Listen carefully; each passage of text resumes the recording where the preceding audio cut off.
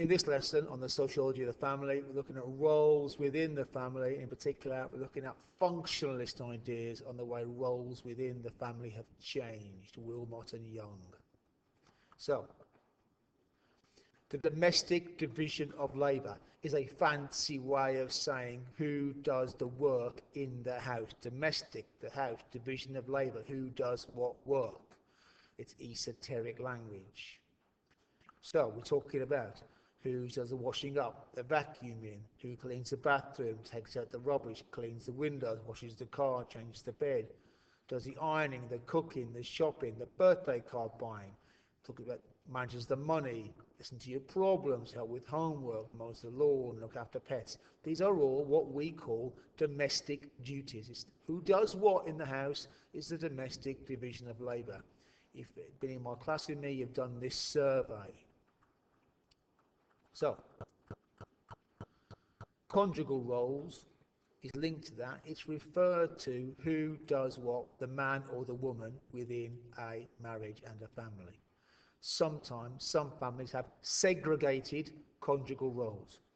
The men and the women do completely different things. Traditionally, the man has the job, puts up the shelves, does the painting and decorating, that sort of stuff.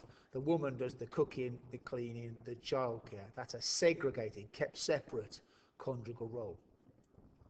Other families have integrated conjugal roles, where the domestic duties are shared equally. Which leads us to the symmetrical family theory. Two functionalists, Wilmot and Young, wrote this book in the 70s. Here's the front cover of it. And they talked about how, in order to maintain the family as working properly, they had to become integrated. The families had to become symmetrical, equal both sides, same both sides. As women were working, men had to do more domestic duties to keep things equal, because if they're not equal, that will cause unhappiness, that will cause the family to break down, and that's not how functionalists see things. The machine will stop working smoothly. For the machine to keep on working smoothly, either the woman does the housework but doesn't have a job, and the man has a job and does no housework, or if they both have jobs, the man and the woman will need to share their housework, their domestic duties. And they said that's what's happening, and they called it a stage 3 family.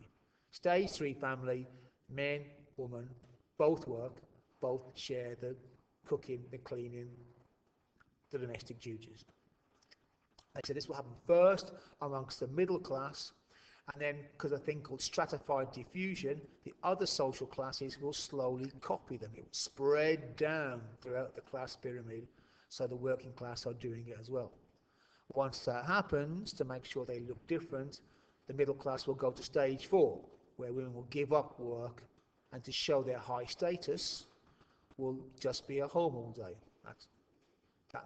That's happened to an extent. The stratified diffusion stuff, to most sociologists, particularly feminists, has just not happened. It's just rubbish. So feminists just think this theory is wrong.